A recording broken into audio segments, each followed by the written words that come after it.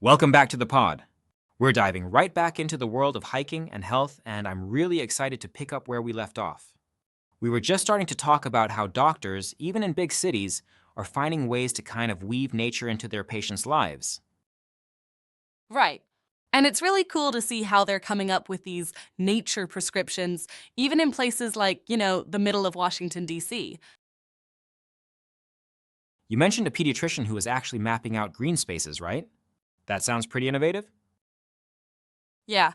So this pediatrician doctor, Robert Czar, he realized that even in a super busy city like New York City, there are actually lots of little pockets of nature that could be beneficial for people's health.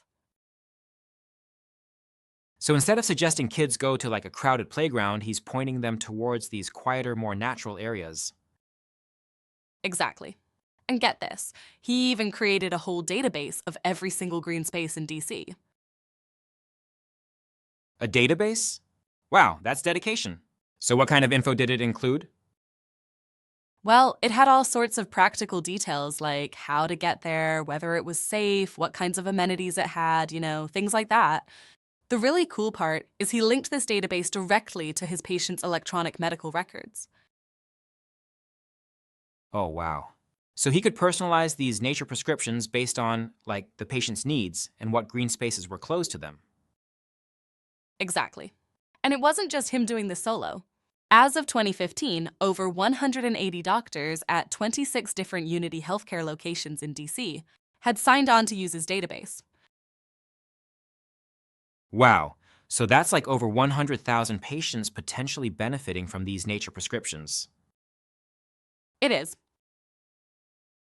I mean, that's pretty incredible. It really seems like it could be a game changer for how we think about healthcare.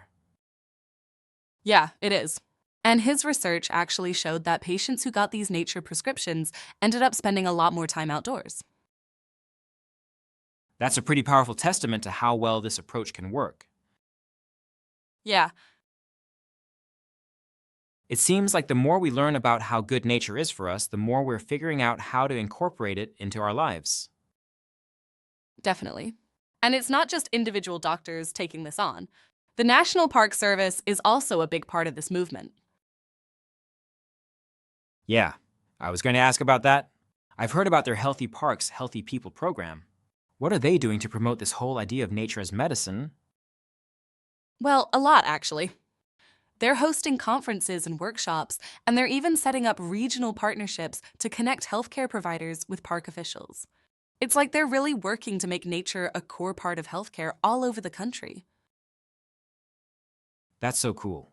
It's great to see these large scale efforts happening, but I'm also curious about what we can do as individuals, you know, in our own daily lives.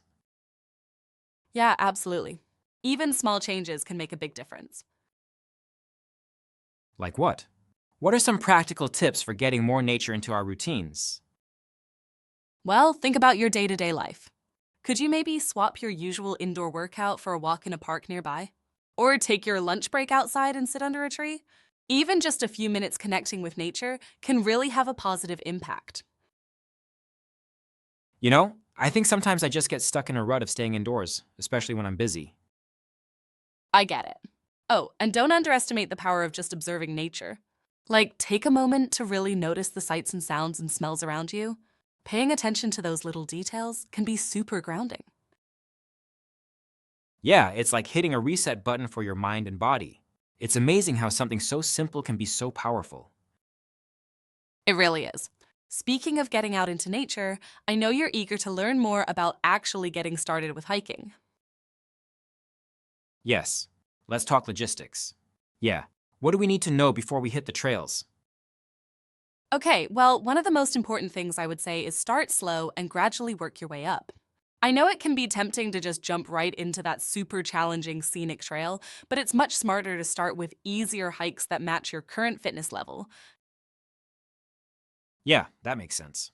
Yeah, no need to try and conquer Everest on the first try, right? So start slow, listen to your body, and build up from there. Okay, what about gear? What do we absolutely need to have? Well, good footwear is super important.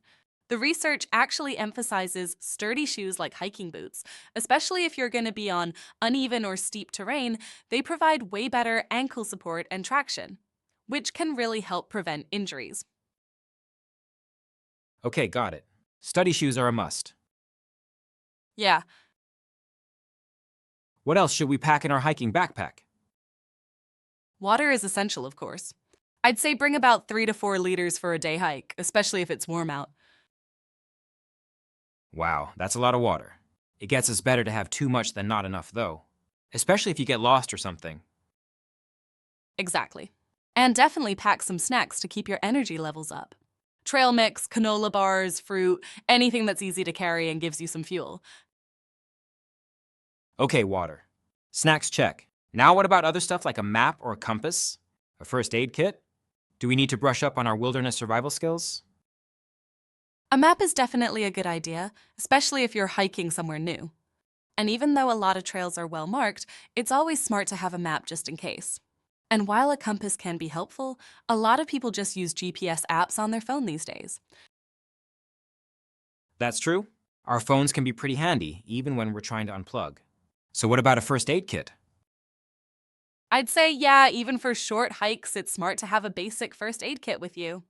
You can buy pre-made ones or put your own together with things like bandages, antiseptic wipes, pain relievers, blister treatments. Oh yeah, those blisters can be brutal. Any other safety tips we should keep in mind? Definitely always let someone know your hiking plans before you go. Tell them where you're going, what trail you're hiking, and when you expect to be back. And whenever possible, try to hike with a friend, especially if you're going somewhere remote. It's just safer to have someone with you in case something happens. Those are all great tips. It sounds like being prepared is really important.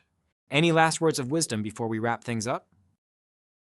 You know, I think the most important thing is to just get out there and enjoy it. Don't let fear or inexperience hold you back.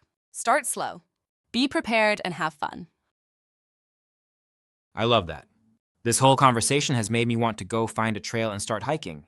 Yeah, thanks for sharing all this awesome info. It's been really eye-opening.